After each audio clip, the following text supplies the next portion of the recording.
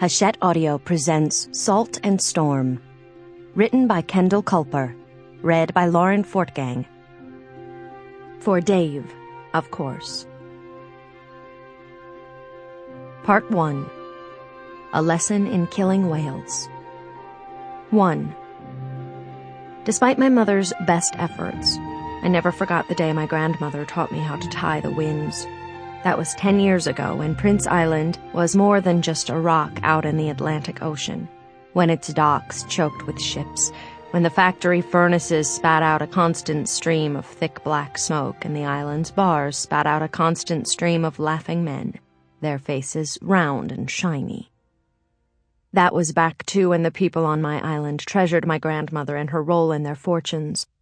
Every man, woman, and child on Prince Island knew the way to her cottage, had to know the way because their lives depended on it. Even back in the good times, the pastor with the dried apple face would spend his sermons lecturing the congregation against my grandmother's promises.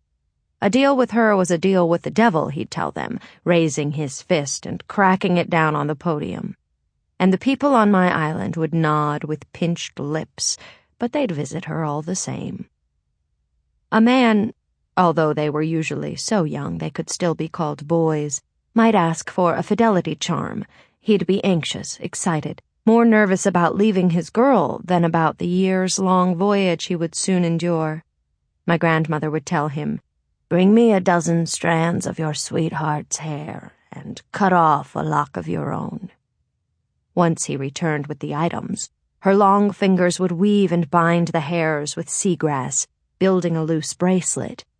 "Put it on her wrist," she would say, "and your girl will remain true."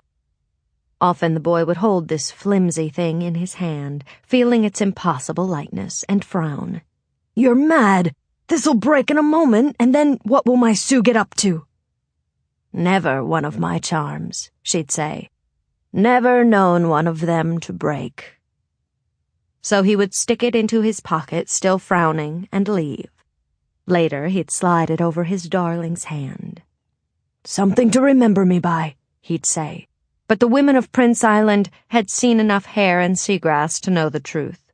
Still, the bracelet never broke or faded or fell apart, and the girl stayed faithful. My grandmother, of course, had no control over the boy.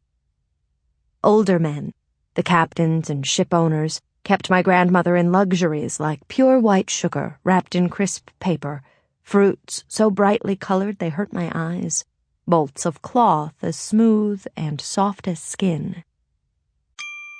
Sample complete. Ready to continue?